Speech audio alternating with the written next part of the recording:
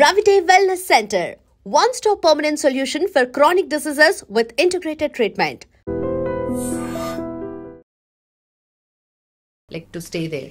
అలా అని చెప్పేసి వెల్నెస్ సెంటర్లో ఉండాల్సిన అవసరం ఏం లేదండి. ఇప్పుడు ఒక 10-20 మంది పేషెంట్స్ వస్తే ఒకళ్ళు ఏదో ఉంటుంది యాక్చువల్గా. అంటే కంపల్సరీ ఏం కాదు అది యాక్చువల్లీ.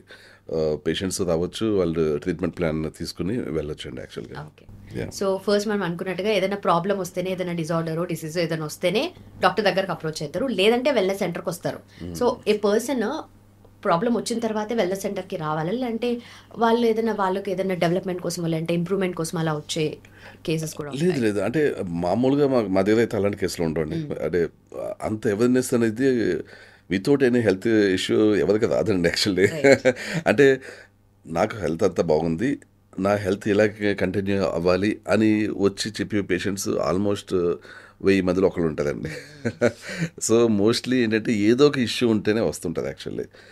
సో ఆబ్వియస్లీ ఏదో ఒక ఇష్యూ అంటే చాలా తక్కువ మంది అంటే కొంత ఫిట్నెస్ మెయింటైన్ చేసే వాళ్ళు, కొంత యాంటీ ఏజింగ్ కావాలనుకునే వాళ్ళు, అలాంటి వాళ్ళు కొంతమంది ఉంటుందండి, వాళ్ళు వస్తుంటుంది అప్పుడప్పుడు. సో యూజువలీ ప్రాబ్లం వచ్చిన తర్వాతే వస్తారు మోస్ట్లీ కాబట్టి. అండ్ చాలా మంది ఇప్పుడు కూడా నేను ఇప్పుడు హెడ్ఏక్ వచ్చిందంటే ఇప్పుడు ఇమీడియట్ రిలీఫ్ కావాలా, నాకు నేను టాబ్లెట్ వేసుకున్నా, వెళ్ళిపోయినా, వర్క్ చేసుకున్నా అంతే ఉంటుంది. బట్ ఆ ప్రాబ్లం పెద్దగా అవుతున్న కొద్దీ అప్పుడు తెలుస్తుంటుంది, ఇది కొంచెం పాజ్ చేయాలి, హ్యావ్ టు టేక్ సంథింగ్, ఏదైనా యాక్షన్ తీసుకోవాలి అని చెప్పేసి. బట్ వెల్నెస్ సెంటర్కి వచ్చి వాళ్ళు మొత్తం క్యూర్ అయిపోయి వెళ్ళిపోయేంత టైం లిటరలీ ఫ్రాంక్లీ స్పీకింగ్ అంత ఎవరికి లేదు. అంత టైం కూడా స్పెండ్ చేయడానికి రెడీగా లేరు జనాలు. బట్ వెల్నెస్ సెంటర్కి ఎందుకు రావాలి మరి? అంటే ఒకటండి, మమ్మల్ని ఎప్పుడు చేయడానికి సాధారణంగా ఏంటంటే చాలా క్రానిక్ డిసీజెస్ ఉన్న వాళ్ళు వస్తుందండి. అంటే సోరియాసిస్, రొమటాయిడ్ ఆర్థరైటిస్, లేకపోతే క్రానిక్ డైజెషన్ ఇష్యూస్, ఇలాంటి వాళ్ళు ఉంటారు. నిజానికి వెల్నెస్ సెంటర్ కూడా రావాల్సిన అవసరం లేదండి, వాళ్ళు ఆన్లైన్ కూడా అపాయింట్మెంట్ తీసుకోవచ్చు అనమాట. మేము ఆన్లైన్ సర్వీసెస్ కూడా ప్రొవైడ్ చేస్తాం యాక్చువల్లీ.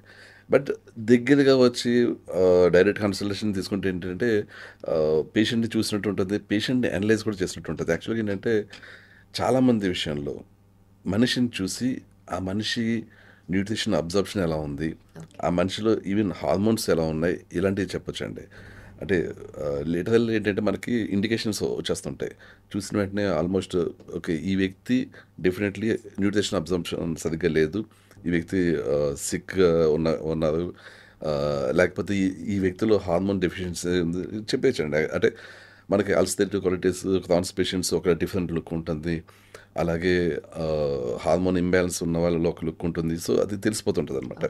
సో డైరెక్ట్ కన్సల్టేషన్ అనేది ఎక్కువ ప్రిఫర్ చేస్తుంటాం actually. So and online consultation కూడా వీడియో కాలే చేస్తాం, ఎందుకంటే పేషెంట్ని చూడాలి యాక్చువల్గా, చూస్తే కరెక్ట్గా అసెస్ చేయొచ్చు. అండ్ వెల్నెస్ సెంటర్కి మా వెల్నెస్ సెంటర్కి ఎందుకు రావాలి అంటే ఒకటే ఆన్సర్ అండి.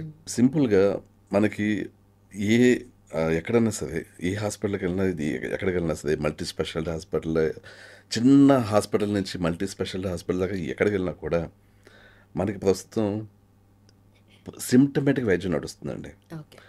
రూట్ కాజ్ అనేది ఎవరు ఫిక్స్ చేయట్లేదు. అంటే మనకి బేసికల్గా ఏంటంటే ఫస్ట్ ఎక్కడి నుంచి స్టార్ట్ అయింది జబ్బు, అది ఫిక్స్ చేస్తే బయట ఇంకా ఆయింట్మెంట్లో పోవాల్సిన అవసరం ఉండదండి. మనకి ఏంటంటే బయట ఎక్స్టర్నల్గా ఏవి అప్లై చేసినా, ఏ టాబ్లెట్స్ వేసినా సిమ్టమ్స్ రిపీట్ అయిపోతుంటాయండి. మనకి అలా కాదు, సిమ్టమ్స్ కాదు మనం చెక్ చేయాల్సింది, ఫస్ట్ రూట్ కాజ్ని ఫైండ్ అవుట్ చేసి రూట్ కాజ్ని ఫిక్స్ చేస్తామండి మేము యాక్చువల్గా. అందుకనే ఎక్కువ మంది మాకు పేషెంట్స్ వచ్చేది. And without any side effects. ఏ జబ్బుకి ఏ సొల్యూషన్ వచ్చినా మా దగ్గర సైడ్ ఎఫెక్ట్స్ ఉండవండి. ఎందుకంటే మేము చేస్తుంది న్యూట్రిషన్ సప్లిమెంట్స్తో వైద్యం. సప్లిమెంట్స్ అంటే బై డెఫినేషన్ ఏంటంటే మనకి రోజువారీ ఫుడ్లో వచ్చేవి కానీ, లేకపోతే మన బాడీలోనే ప్రొడ్యూస్ అయ్యేవి కానీ, అవే ఎక్స్టర్నల్గా మనం తీసుకుంటుంటే దాన్ని సప్లిమెంట్ అంటామండి. అంటే ఫర్ ఎగ్జాంపుల్ ఇంగ్లీష్ మెడిసిన్ అనుకోండి, దట్ ఈస్ ఎ కెమికల్. దానికి మన బాడీకి అలవాటు ఉండదు ఆ కెమికల్ రోజు. సో ఆ కెమికల్ తీసుకుంటాం కాబట్టి దానికి సైడ్ ఎఫెక్ట్స్ ఎలానే వస్తాయి. బట్ ఏదైతే మన సప్లిమెంట్స్ తీసుకుంటామో ఆ సప్లిమెంట్ మన బాడీకి రోజు అలవాటు ఉంటుంది, బాడీలో ప్రొడ్యూస్ అవుతుంది, లేకపోతే బాడీలో మన ఆహారంలో తీసుకుంటున్నాం, దాన్ని ఒక డిఫరెంట్ డోస్లో తీసుకుంటాం, కొంచెం ఎక్స్ట్రా డోస్లో కానీ అలా తీసుకుంటాం అనమాట. సో అప్పుడు ఆ సప్లిమెంట్ సెల్ఫ్ హీల్ చేస్తుంటుంది బాడీని. సో ఆ విధంగా ఫిక్స్ చేస్తుంటాం అనమాట. సో సైడ్ ఎఫెక్ట్ లేని ప్రాపర్ వైద్యం అనేది ఇక్కడ లభిస్తుంటుందండి. ఓకే. అందుకని అందుకని వెల్నెస్ సెంటర్‌కి మాకు పేషెంట్స్ వస్తుంటారు. అందుకనే బేసికల్‌గా ఏంటంటే ఆహ్, ఏదన్నా జబ్బు సైడ్ ఎఫెక్ట్స్ లేకుండా, లాంగ్ టర్మ్ ట్రీట్మెంట్ లేకుండా ఫిక్స్ అవ్వాలంటే మా వెల్నెస్ సెంటర్ బెస్ట్ అండి. Okay. Now that's a very big statement. ఎందుకంటే ఒక ideal drug without any side effects అనేది లేనే లేదు. నో. కానీ మీరన్నట్టుగా ఇక్కడ మెడిసినో, డ్రగ్స్ కాకుండా మీరు సప్లిమెంట్స్ త్రూవే చేస్తున్నారు కాబట్టి అంత ఎఫెక్టివ్‌గా ఉంటుందా? లాంగ్ రన్‌లో వాళ్ళంతా మెయింటైన్ చేయగలుగుతారా అనేది ఉంటుంది కదా! యాక్చువల్‌గా నిజానికి ఇంగ్లీష్ మెడిసిన్ అనేది అంత ఎఫెక్టివ్ కాదండి. హ్మ్. ఈ న్యూట్రిషన్ సప్లిమెంట్స్ మేము చేస్తున్న వైద్యం 100కి 100% ఎఫెక్టివ్. అంటే మీకు కొంచెం అతిశయోక్తులు అనిపించవచ్చు. మీకు ఎలా ఉంటుందంటే అండి, ఫర్ ఎగ్జాంపుల్ ఇంటెస్టైన్స్‌లో మనకి మనకి 80% డైజెషన్ అనేది ఇంటెస్టైన్స్‌లో అవుతదండి. మనకి చాలామంది పొట్టలో డైజెషన్ అవుతుంది అనుకుంటారు. కానీ బేసిక్‌గా స్టమక్‌లో ఫుడ్ పేస్ట్ అవుతది. ఫుడ్ అంతా చిన్న ప్రేగుల్లో డైజెషన్ అవుతదండి మాక్సిమం. ఓకే. పెద్ద ప్రేగుల్లో కొంత, స్టమక్‌లో కొంత డైజెషన్ అవుతది. కానీ ఆల్మోస్ట్ 80% డైజెషన్ అంతా చిన్న ప్రేగులో అవుతది. ఈ బేసిక్ ఫార్ములా చాలామందికి తెలీదండి. ఈ బేసిక్ థింగ్. అసలు చిన్న ప్రేగుల్లో ఇన్‌ఫ్లమేషన్ ఉంటే దానికి సంబంధించిన ఒక మందు గానీ, సొల్యూషన్ గానీ లేదండి అక్కడ. ఈ అలోపతిలో గానీ, ఆయుర్వేదాలు గానీ ఇందులోను కూడా. ఓకే. చిన్న ప్రేగుల్లో ఇన్‌ఫ్లమేషన్ అనేది రోజువారీ అవుతుంటది. దాన్ని గానీ మనం ఫిక్స్ చేస్తే మన ఫుడ్ అబ్జార్ప్షన్ అంటే న్యూట్రిషన్ అబ్జార్ప్షన్ 100కి 100% అవుతదనమాట. అంటే ప్రతి మనిషిలో కూడా డైజెషన్ సామర్థ్యం తగ్గిపోతుంటది.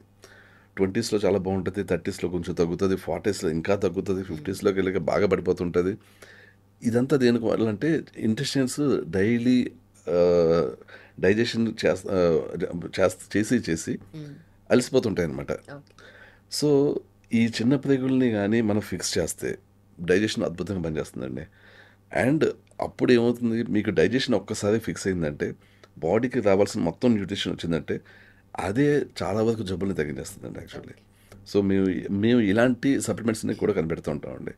ఈ సప్లిమెంట్ ఆ సప్లిమెంట్ నేమ్ ఏంటంటే ఇంటెస్టైన్స్‌ని ఫిక్స్ చేసేది డైజెషన్ క్యూర్. ఇలాంటి సప్లిమెంట్ ప్రపంచంలో ఎక్కడ లేదండి యాక్చువల్లీ. హ్మ్. మీ అతిశయోక్తి కాదు, ఎగ్జాక్ట్‌లీ. ఇది చాలా రీసెర్చ్ చేసి కనిపెట్టాం అనమాట ఓకే. ఈ డైజెషన్ క్యూర్‌ని. చిన్న లిటరల్లీ మీరు కావాలంటే గూగుల్‌లో కూడా వెతకండి. స్మాల్ ఇంటెస్టైన్స్ ఇన్‌ఫ్లమేషన్ తగ్గించడానికి ఏ మెడిసిన్ అంటే మీకు రాదు. హ్మ్. కరెక్ట్ సొల్యూషన్ ఉండదు యాక్చువల్లీ. బట్ ఇదనమాట. ఇక్కడ మేము న్యూట్రిషన్ సప్లిమెంట్స్‌తోనే వీటిని ఫిక్స్ చేస్తున్నాము. కొత్త సప్లిమెంట్స్ కనిపెడుతున్నామండి యాక్చువల్లీ. ఓకే. ఓకే. అది. So, why is that? అంటే ఇంకా ఎలాంటివి కావాలి ఏంటనేది మీరు ముందే దాని గురించి రీసెర్చ్ చేస్తున్నారు. దెన్ నాట్ జస్ట్ ఒక్క ప్రాబ్లమ్ వచ్చింది దానికి ట్రీట్మెంట్ కాకుండా ఫర్దర్‌గా ఏమేం ప్రాబ్లమ్స్ డెవలప్ అవుతాయో దాన్ని కూడా మీరు రీసెర్చ్ చేస్తున్నారు. రైట్? అవునండి. యాక్చువల్‌గా ఓకే. ఏంటంటే మా వెల్‌నెస్ సెంటర్‌లో ఎలా ఉంటదంటే ఆల్మోస్ట్ 90% సక్సెస్ రేట్ అండి. అంటే ఒక 90 ప 100 100 మందొస్తే 90 మంది దాకా వాళ్ళ జబ్బులు తగ్గుతాయండి. హ్మ్. అది ఏంటి, మా వెల్‌నెస్ సెంటర్‌కి ఎప్పుడొస్తారు? అల్లోపతిలో మొత్తం అంతా వాడి, ఇంగ్లీష్ మెడిసిన్ మొత్తం అంతా వాడి ఓకే. అలసిపోయి ఓకే. సొల్యూషన్ లేక, ఈవెన్ ఆయుర్వేద, హోమియోపతి అంతా వాడి అలసిపోయాక లాస్ట్ రిసార్ట్ కింద వస్తదండి. అంటే ఆల్మోస్ట్ ఇక్కడ గివ్ అప్ ఇచ్చేసి మీరు ఆ! ఇంకా ఇక్కడికొస్తారా? ఓకే. ఎక్కడ పని చేయదు. ఒక ట్రై చేద్దామని వస్తది. వాళ్ళకి ఇక్కడ అద్భుతంగా ఫిక్స్ అవుతాయండి. అంటే అంత సీరియస్ ఇష్యూస్ ఎక్కడ తగ్గని సీరియస్ ఇష్యూస్‌తో వచ్చిన 100 మందిలో 90% సక్సెస్ రేట్ అంటే అది సూపర్ బండి యాక్చువల్లీ. హ్మ్. అండ్ మీరు 100% సాధించలేదంటే అది impossible. Right. Right. Basically that's so ఏంటంటే జెన్యూన్ మీరు చెప్తున్నారు. ఎందుకంటే యూజువల్లీ మా దగ్గర 100% రిజల్ట్స్ ఉంటాయండి. మీరు ఎందుకు కమ్ ఆన్ వచ్చేసేయండి అని అంటారు. అదే. But that's really very practical. అదే. అంటే కొంతమందిలో మనకి రూట్ కాజ్ ఫైండ్ ఔట్ చేయలేమండి. ఓకే. అంటే కొన్ని సైకలాజికల్ ఇష్యూస్ ఉంటాయి. సైకలాజికల్ ఇష్యూస్ వల్ల డైజెషన్ ఇష్యూస్ ఉంటాయి. దానివల్ల మళ్ళీ జబ్బులొస్తుంటాయి. హ్మ్. అలాంటి వాళ్ళకి ఇంకా ఫిక్స్ చేయలేమండి. అంటే చాలామంది ఏంటంటే గ్యాస్ట్రోఎంటరాలజిస్టులు కొద్దిపాటి డైజెషన్ ఇష్యూస్ ఉన్నా సరే మీకు సైకలాజికల్ ఇష్యూస్ ఉన్నాయని దాని మీద నెట్టేస్తదనమాట. హ్మ్. కానీ మేము అలా కాదు.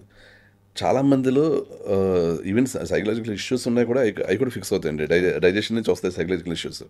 చాలా రేర్ కేసెస్‌లో సైకలాజికల్ ఇష్యూస్ వల్ల, అంటే వాళ్ళ చిన్నప్పటి నుంచి పెరిగిన వాతావరణం, చిన్నప్పటి నుంచి భయపడుతూ పెరిగిన లైఫ్ స్టైల్ వల్ల వాళ్ళకి కొంత అంటే సొల్యూషన్ లేని ఇష్యూస్ వస్తాయండి వాళ్ళకి. వాళ్ళ విషయంలో డైజెషన్ ఇష్యూస్ని ఫిక్స్ చేయలేము. Okay. Okay. Digestion issues fix చేయలేము అంటే ఇంక ఏది కూడా ఫిక్స్ చేయలేము right. Actually. Right. Already effect అయిపోయి ఉంటది కదండీ. అయిపోయి ఉంటుంది.